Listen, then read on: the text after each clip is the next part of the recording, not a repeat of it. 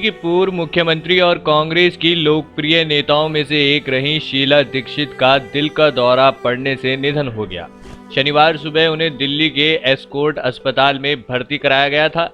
जी हां, दोपहर 3:30 पर उन्होंने अंतिम सांस ली। शीला दीक्षित 1998 से 2013 तक दिल्ली की 3 बार मुख्यमंत्री रहीं। मुख्यमंत्री रहने के बाद शीला दीक्षित केरल की राज्यपाल भी रह चुकी थीं। वर्तमान में वे दिल्ली प्रदेश कांग्रेस की अध्यक्ष थीं। वे लंबे समय से बीमार चल रही थीं। शीला दीक्षित की राजनीतिक यात्रा लंबी रही। जी हां, दिलचस्प बात यह है कि जिस दिल्ली की वो इतने साल तक मुख्यमंत्री रहीं, वहीं उन्होंने पढ़ाई की। दिल्ली विश्वविद्यालय में पढ़ाई के दौरान शीला की मुलाकात विनोद दीक्षित से हुई, जो उस समय कांग्रेस के बड़े नेता उमा शंकर दीक्षित के इकलौते बेटे थे। एक इंटरव्यू में शीला दीक्षित अपनी लव स्टोरी के बारे में बताती हैं कि हम इतिहास की एमए क्लास के साथ साथ थे। मुझे विनोद कुछ ज़्यादा अच्छे नहीं लगे। मुझे लगा ये पता नहीं अपने आप को क्या समझते हैं। वे मुझे एरोगेंट लगे।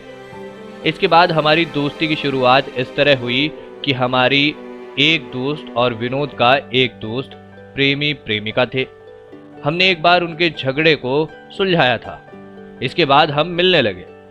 शीला और विनोद दीक्षित एक साथ अक्सर फिरोज शाह रोड घूमने जाया करते थे।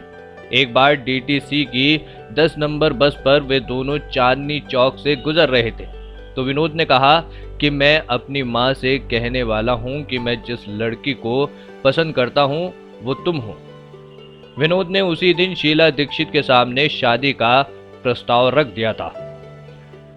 शुरू में विनोद के परिवार की तरफ से थोड़ा विरोध हुआ, लेकिन अनंततः दोनों ने शादी कर ली। विनोद ने IAS की परीक्षा में पूरे देश में 9वां स्थान हासिल किया था।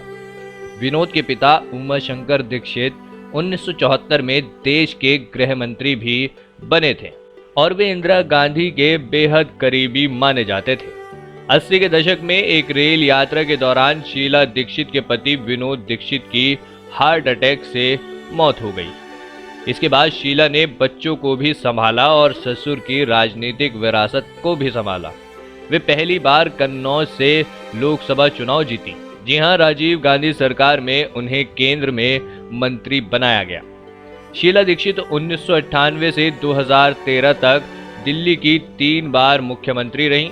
लंबे समय तक दिल्ली में मुख्यमंत्री रहने के बाद भी वो दिल्ली में कांग्रेस के लिए खेवनहार बनी रहीं।